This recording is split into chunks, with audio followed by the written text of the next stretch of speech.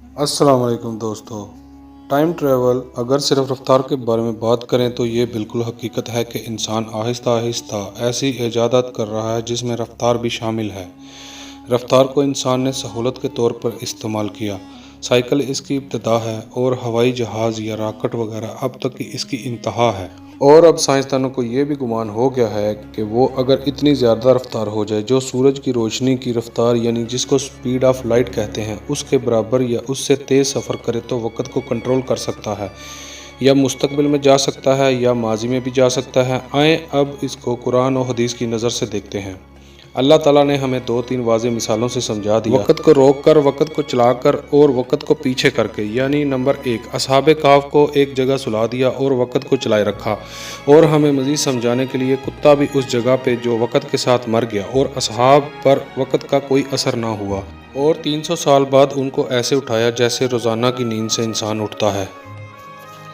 और दूसरी मिसाल मिराज शरीफ का वाक़या है जिसमें हमारे प्यारे नबी सल्लल्लाहु अलैहि वसल्लम को इतना लंबा सफ़र करवा दिया जिस सफ़र का आम इंसान हिसाब ही नहीं कर सकता कि कितना वक़्त लगेगा।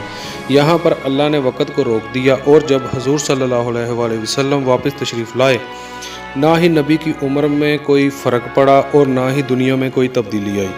नंबर 3, तीसरा, जब नमाज असर कज़ा हुई, नबी सल्लल्लाहु अलैहि वसल्लम ने हज़रत अली की उदासी देखकर सूरज को वापस आने का इशारा किया और सूरज को असर के वक़्त के मुताबिक ले आए, ना कि गायब होकर पीछे चले गए और नमाज पढ़कर वापस आ गए। इससे ये साबित होता है कि इस्लाम की तारीख़ में टाइम ट्रैवल का कोई वजूद नहीं, क्योंकि नबी सल्लल्लाहु अलैहि वसल्लम ने सूरज के हिसाब से वक़्त को पीछे किया। दुनिया का निज़ाम वैसे ही चलता रहा जैसे चल रहा था। अब एक बार फिर हम साइंस और टेक्नोलॉजी की तरफ आकर इसका दोबारा जायज़ा लेते हैं। मिसाल के तौर पर इंसान ऐसी कोई चीज़ बना भी लेता है, अगर वो इस मशीन के ज़रिए 50 साल पीछे चला जाता है तो यानी एक दुनिया 2020 में चल रही है और एक दुनिया जहां वो गया है 1970 में वो भी चल रही है। और अगर 2020 वाली दुनिया 1970 में चली जाती है तो एक वक्त में अगर 10 इंसान अलग अलग टाइम ट्रैवल करेंगे तो क्या होगा। और अगर फ़र्ज़ करें 2020 वाली दुनिया वहीं अपने वक़्त पर ही है और जो टाइम ट्रैवल कर रहे हैं कोई 100 साल पीछे जा रहा है और कोई 200 साल माजी में जा रहा है और कोई 200 साल मुस्तकबिल में जा रहा है, तो क्या होगा। सब के लिए अलग अलग दुनिया होगी। दोस्तों, इंसान को होश के नाखून लेने चाहिए। ये सब ख्याली बातें हैं। इंसान को साइंस के नाम पर गुमराह किया जा रहा है।